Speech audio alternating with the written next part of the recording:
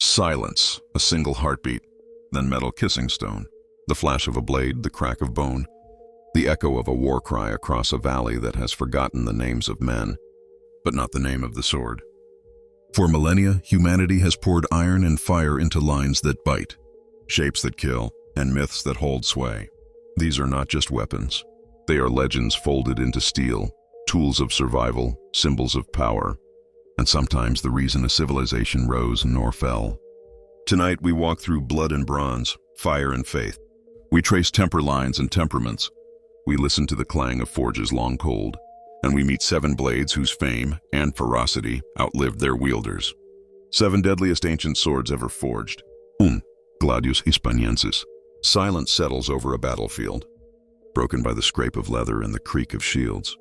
Men move as one, a living wall of scutum, shoulders locked, breath controlled.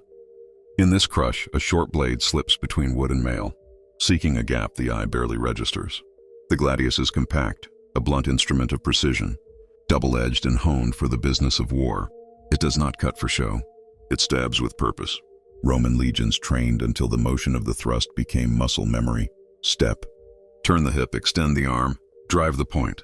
In the narrow space behind the shield, the Gladius allows rapid, repeated strikes without overreaching. Leather straps, oiled hair, and the metallic tang of blood mark the scene. A single well-placed stab to the underarm or chest can stop a man instantly. Discipline and formation make the Gladius a force multiplier. By itself a short sword, in the hands of a legionary it becomes the instrument of empire. 2. Khopesh. Dawn lifts off the Nile like smoke. Bronze flashes where chisels met metal. The Khopesh curves like a crescent moon, a hybrid between axe and blade, heavy at the tip to add chopping power while keeping a cutting edge along its inner arc. Warriors and chariot crews wield it to hook shields, to sweep at limbs, to deliver hacking blows that tear through sandals, leather, and bone. In ritual and on the march, the Khopesh carries weight beyond its mass. Kings brandish it as a symbol. Priests inscribe names along its edge. Bronze gives it a particular character. Not as hard as later iron, but with a resilience that when swung with full force, can sunder cartilage and snap ribs. The hook can strip a shield from an arm, leaving an enemy exposed in the instant before the next strike. In a sun-drenched melee along hastily dug earthworks, the Khopesh is a brutal reminder that design makes a weapon, speak the language of its age. 3. Katana. Mist lifts from a rice paddy as a blade is drawn, the Haman catching light like a white river line. The katana curves with a long, elegant arc, balanced for two-handed grips and fluid motion. The genius of the blade lies in its metallurgical marriage. Layers of folded steel and the ancient craft of differential tempering create a spine that resists, shattering while an edge grows impossibly sharp. A single draw can be a sentence, swift, decisive, final. The curvature in geometry favor slicing as much as cutting. The edge rolls through, flesh rather than merely tearing. Years of ritual polishing shape not only the metal, but the mind of the wielder. Training teaches a unity of breath, body, and blade so intimate that the sword feels like an extension of intention. In the quiet of a courtyard, a practiced hand can end a duel in a heartbeat, the blade whispering through air and cloth into bone. 4. Ulfberht.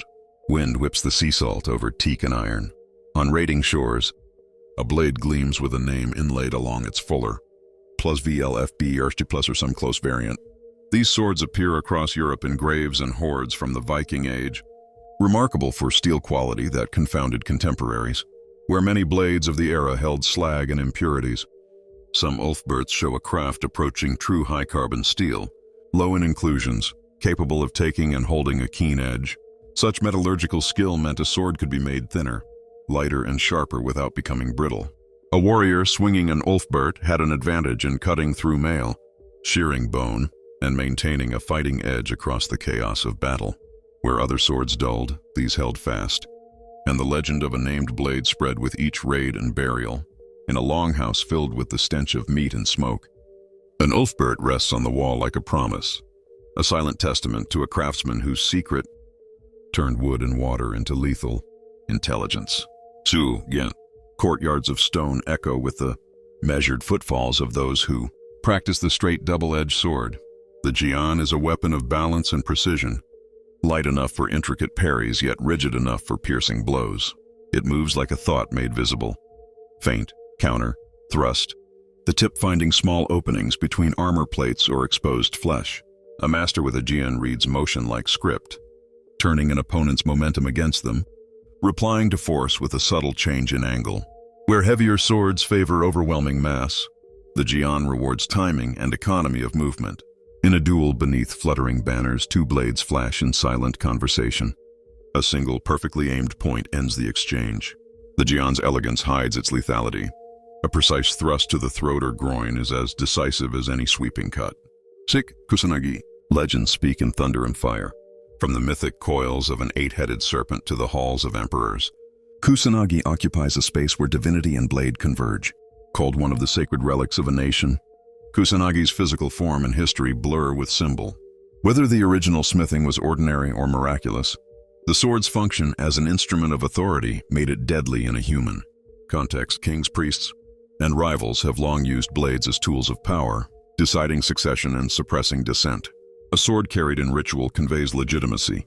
It can free an army to act or silence a challenger. In a dim shrine, incense smoke swirling around lacquered wood and silk, the presence of such a blade does not just threaten bodies, it shapes minds and binds loyalties. Myth grants a weapon weight that no metal alone could achieve. 7. Talwar Katar. Monsoon sky cracks and fort gates close. The Talwar arcs in a sweeping line, heavy and broad where it matters, designed to cleave with both reach and weight. Its disc hilt guards the hand while allowing wrist movement necessary for horseback slashing or footwork in tight corridors. The Katar is the opposite in form but not in purpose. A push dagger with a rigid, triangular blade fixed to two parallel bars so the fist becomes a driving mechanism. It targets precisely, delivering force straight through armor gaps. Together they present a dual philosophy. The Talwar controls space and delivers devastating cuts.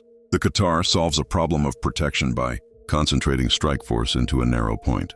In palace passages and battlefield chaos, the Talwar's arc can sever tendons and limbs, while a Katar thrust perforates mail and pads to touch organs. Assassins and bodyguards alike turn to these shapes because they answer different needs of survival.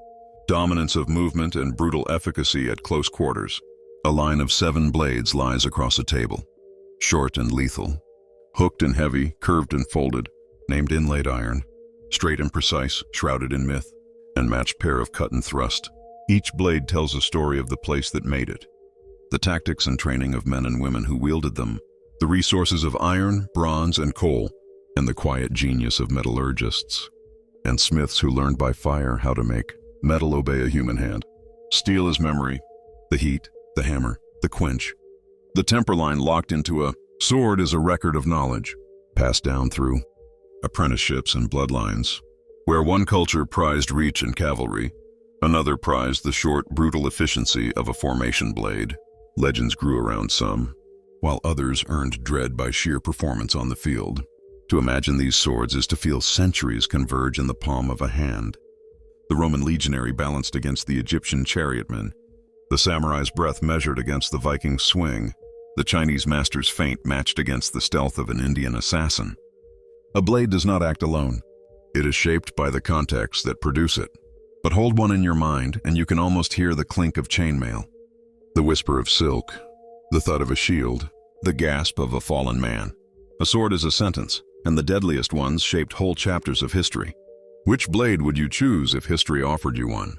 Would you want the compact reliability of the Gladius, the brutal curve of the Khopesh, the honed edge of a Katana, the legendary craft of an Ulfberht, the precision of a Jian, the divine weight of Kusanagi, or the paired menace of Talwar and Katar? Tell your pick in the comments and explain why.